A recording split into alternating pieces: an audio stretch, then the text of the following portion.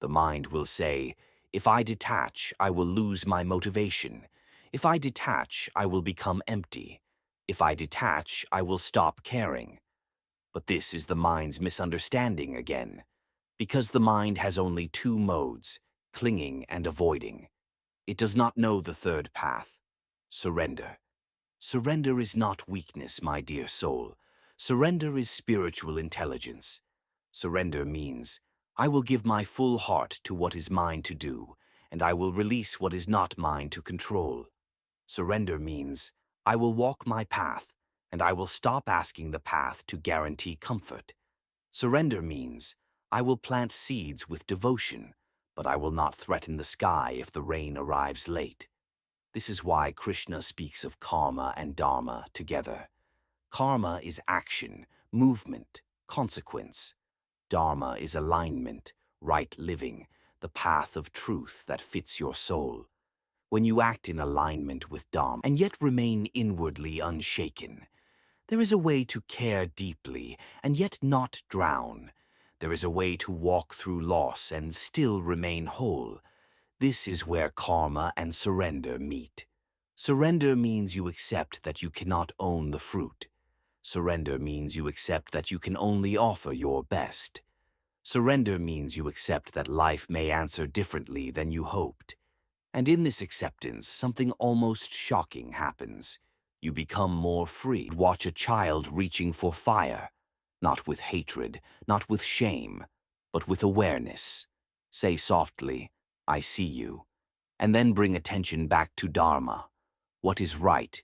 What is honest? What is mine to do in this moment? This is the path Krishna opens, not an escape from life, but a new way of standing inside it, a new way of breathing, a new way of acting, a new way of being. And from here, my dear soul, we are ready to enter the heart of the discourse, the calm, rhythmic voice of Krishna that repeats a truth until the nervous system believes it, until the heart finally unclenches, until the hunger of the mind begins to fade like a storm moving away from the shore. My dear soul, now let the teaching become a steady chant inside you, not as words you admire, but as a truth you lean on when the mind becomes loud, because the mind does not stop demanding simply because you understand. It stops demanding when you stop obeying. It stops demanding when your attention no longer kneels to every craving. It stops demanding when you remember, again and again, who is speaking inside you. So listen as if Krishna is speaking directly into the center of your chest, with a voice like deep water. You are not the doer. You are not the doer of the world's turning. You are not the controller of outcomes. You are not the owner of results. You are the witness of action. You are the moment becomes a measurement, success or failure. Every feeling becomes a problem to fix. And in this constant trial, you forget that you are not the judge. You are not the accused. You are the consciousness watching the whole play. So Krishna speaks again, and you must let it land. You are not the mind. You are not the mind. You are not the mind. The mind is a storm passing through the sky of awareness. The mind is a wave moving through the ocean of consciousness. The mind is a traveler, but you are the space through which it travels. When you mistake the traveler for the home, you feel homeless. When you mistake the wave for the ocean, you feel fragile. When you mistake the storm for the sky, you feel trapped. This is why nothing feels enough, because you were trying to build a temple of peace on the shifting sand of thought. Now return to the chariot.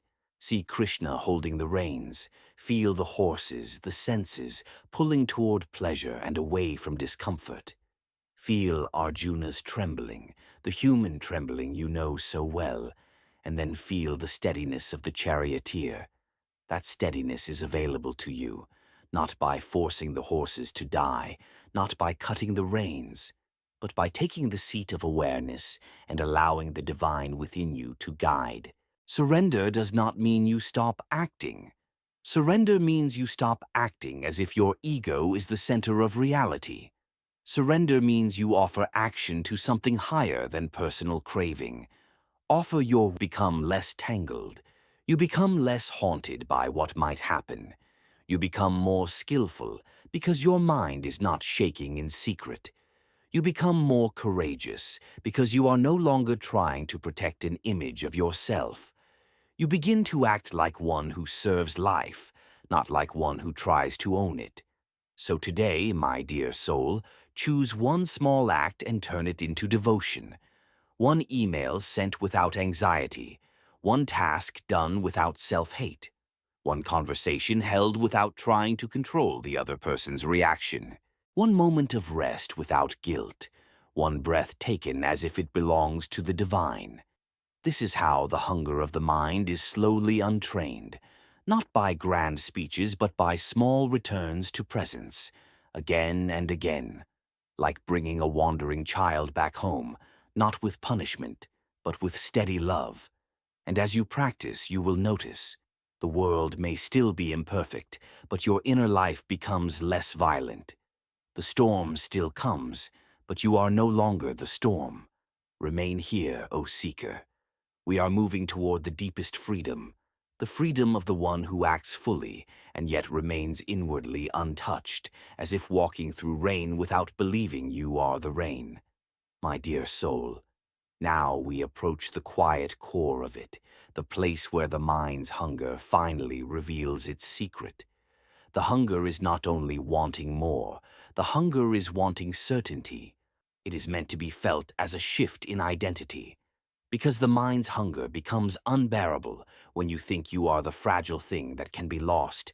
If you believe you are only the body, you will fear decay. If you believe you are only your status, you will fear falling. If you believe you are only your relationships, you will fear abandonment. If you believe you are only your achievements, you will fear failure. And then you will chase, you will grip, you will exhaust yourself trying to protect what cannot be protected forever. But when you remember the Atman, a new strength rises. Not a loud strength, not a forceful strength, a quiet strength. The strength of one who knows, even if things change, I remain. So the hunger begins to loosen because you stop asking life to guarantee you. You begin to stand in something deeper than guarantees. This is clinging, and clinging is where pain becomes constant. So let the teaching repeat inside you again, but now with a new layer. You can love and still let go. You can build and still release outcomes. You can desire and still remain free. You can lose and still remain whole. You can fail and still be untouched at the deepest level. You can be praised and still not belong to praise. You can be blamed and still not collapse into blame. Because the Atman is not in the marketplace of opinions. The Atman is not in the courtroom of success and failure. The Atman is the quiet witness of all of it. And now, my dear soul, we speak of the most subtle chain, the need to be seen as enough, the need to feel enough through the eyes of others, the hunger that says, if they approve of me, I can finally rest. This hunger is ancient. It lives in the human nervous system. It is the fear of exile, the fear of being alone, the fear of not belonging. And it drives people to perform, to please, to overwork, to sacrifice truth for acceptance. It drives people to smile while they are drowning. But Krishna calls you back to Dharma, to what is true, not what is admired. Because the moment you live for approval, you have handed your piece to a changing crowd. Today they clap. Tomorrow they forget. Today they praise. Tomorrow they criticize. And the mind becomes a puppet on invisible strings, dancing for a sense of safety.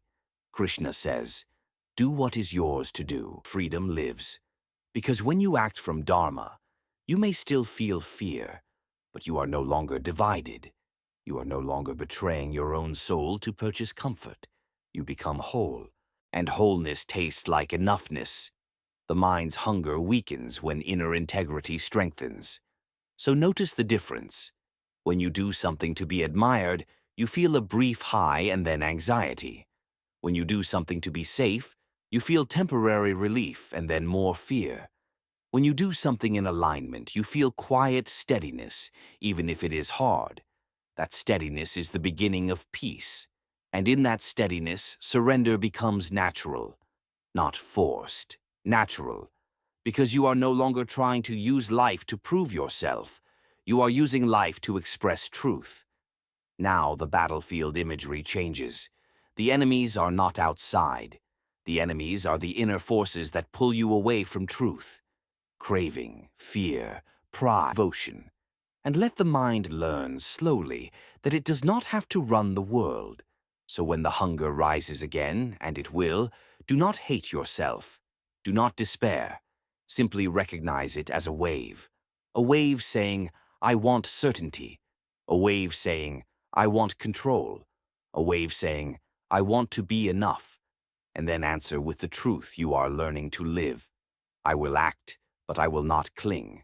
I will love, but I will not possess. I will serve, but I will not beg. I will walk my path, even if the mind trembles. Because I am not the trembling. I am the one who knows the trembling. Remain with this, my dear soul. Let this recognition mature inside you, because the next step is not only understanding. The next step is transformation. The way this wisdom begins to change your daily suffering into clarity, your confusion into purpose, and your effort into a quiet, unshakable peace. My dear soul, now let everything we have touched settle into something simple, something you can carry into ordinary minutes. Because the real test of wisdom is not how beautiful it sounds in silence, but how it holds you when life becomes loud. You asked why nothing feels enough anymore, and now you can see it more clearly. The mind was trained to measure life instead of meet it. It was trained to chase completion instead of recognize it.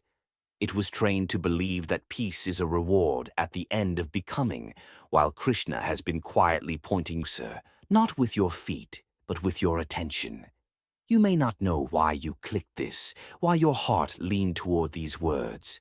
You may have only felt a quiet tiredness, the kind that cannot be slept away, the kind that lingers even when life looks fine from the outside, a tiredness that says, I have tried, I have achieved, I have distracted myself, I have improved myself, and still, something inside remains hungry. Do not judge yourself for that hunger. Do not shame it, and do not rush to silence it. The hunger of the mind is not a sign that you are broken. Detachment is seeing clearly. Detachment is loving without gripping, acting without collapsing into outcomes, doing your duty without selling your peace to the future. You may hear the word detachment and feel afraid.